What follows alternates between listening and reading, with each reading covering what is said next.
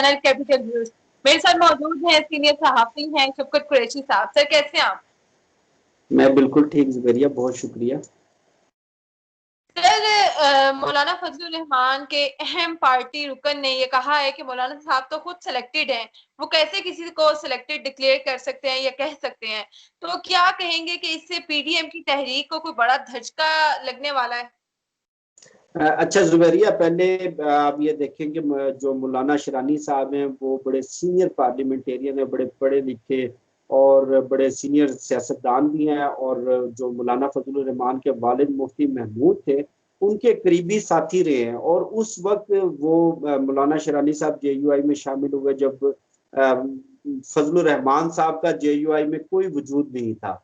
तो अब जो आज उन्होंने गुज़श्ता दिन की जो प्रेस कॉन्फ्रेंस थी, प्रेस कॉन्फ्रेंस में जो इल्जामात लगाए, उन इल्जामात में तो रत्ती बराबर भी शक शुबे की गुंजाइश नहीं है कि फजलुर रहमान खुद सिलेक्टेड रहा है। और आज वो इमरान खान पर इल्जाम लगाता है सिलेक्टेड होने का। इल्जाम क्यों लगाता है कि जो 2018 के इंतखाबात थे, उन इंतखाबात में सिलेक्टर्स ने फजलुर रहमान को कोई खास लिफ्ट नहीं करवाई, जिसके बाद वो फ्रस्ट्रेट होकर ये पूरा मार दो, जला दो, गिरा दो और तबाह बर्बाद कर दो, और पूरी अपोजिशन को उन्होंने इकट्ठा किया।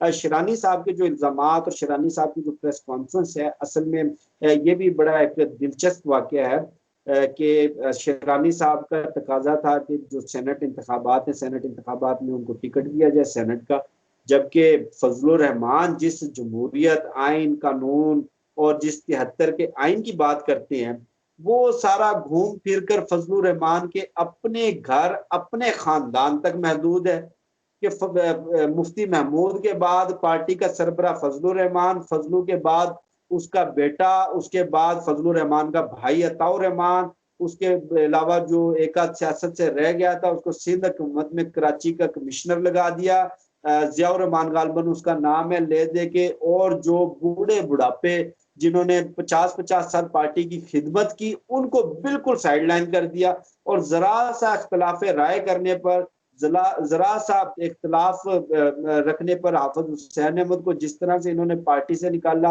और जिस तरह से मौलाना शिरानी साहब को उन्होंने कॉर्नर किया, उसके बाद ये होना था और ये सबने देख लिया। और जो इल्जामात की बात, सिलेक्टेड, आप देखें कि किस तरह फजलुर रहमान ने बेनजीर भुट्टो के खिलाफ कितनी मुनज्जम और एक किरदार कशी की कितनी घटिया कैंपेन चलाई, बाकायदा फतवे दिए कि औरत की हुक्मरानी तो इस्लाम में हराम है।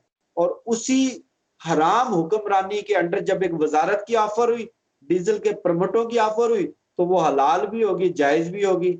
आप देखें किस तरह से डिक्टेटर परवेज मुशर्रफ के दौर में खैबर पख्तूनख्वा में उन्होंने हुकूमत ली, किस तरह से परवेज मुशर्रफ की झोली में बैठा रहा ये फजलुर रहमान। आज ये बात करता है आइन की, कानून की। असल में अपने चोरियां, अपने खांचे बचाने के लिए जो अरबों खरबों के इन्होंने लगाए हैं, ये सारे के सारे चोर इकट्ठे हुए हैं। सर इस्तीफों की बात चल रही थी, लेकिन हमने देखा कि इस्तीफे जो है वो स्पीकर को देने की बजाय आपस में ही बांटे जा रहे थे। कोई किसी को इस्तीफा दे रहा है, कोई किसी को। और जिन इलेक्शन की बात चल रही थी कि इलेक्शन से पहले जो है वो ये लॉन्ग मार्च लेके आ रहे हैं, अब इलेक्शन की डेट जो है वो डिक्लेयर हो चुकी है, तो आप ये मार्च और लॉन्ग मार्च ये कहाँ तक देखते हैं?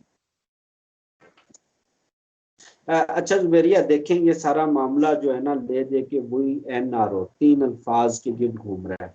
ठीक है, शहबाज शरीफ के खिलाफ और आसिफ जरदारी के खिलाफ जो मनी लॉन्ड्रिंग के मुकदमात जो अभी बनाए गए हैं, और वो जिन स्टेजेस के ऊपर है, डेफिनेटली वो सियासत से बिल्कुल आउट हैं। और PMLN के करीबन 38 अफराद के खिलाफ बड़े संगीन किस्म के मुकदमात कायम किए गए। इनको अपना अंजाम करीब नजर आ रहा था, और ये सिर्फ और सिर्फ हुकूमत को ब्लैकमेल करना चाहते थे। और ब्लैकमेल करने के लिए इन्होंने ये सारा ड्रामा रचाया लॉन्ग मार्च का और इस्तीफों का। अगर इन्होंने इस्तीफे देने होते तो भाई पाकिस्तान का आइन और कानून तो कहता है कि इस्तीफे कौमी और सूबाई असम्बली का स्पीकर मंजूर करेगा।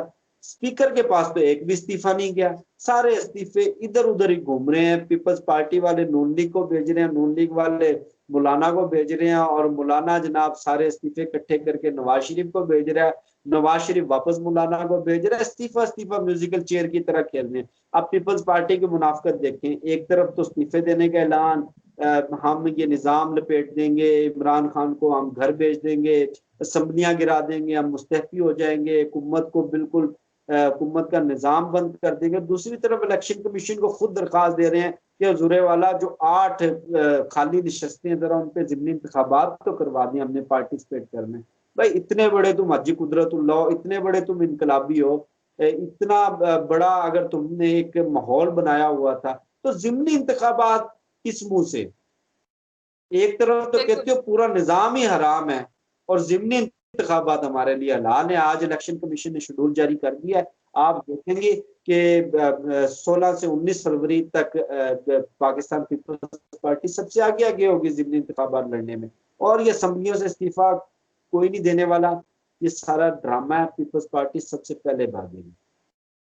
बिल्कुल सर, आपकी बात ठीक है। और खान साहब ने जो है वो जब मौलाना साहब धरना लेके आ रहे थे तो उन्होंने शर्त आयद की थी कि अगर ये 2 हफ्ते बैठ जाए तो मैं इस्तीफा दे दूंगा। और सेम बात उन्होंने अपोजिशन के बारे में की है कि अगर ये 1 हफ्ता भी बैठ जाए तो मैं इस्तीफे देने के बारे में सोचूंगा। तो अब देखते हैं कि ये इस्तीफों का खेल कहाँ तक चलता है और लॉन्ग मार्च की जो तहरीकें लेकर आ रहे हैं उसमें कामयाब होते हैं या नहीं। बहुत शुक्रिया साहब, आपने अपना कीमती वक्त मुझे दिया।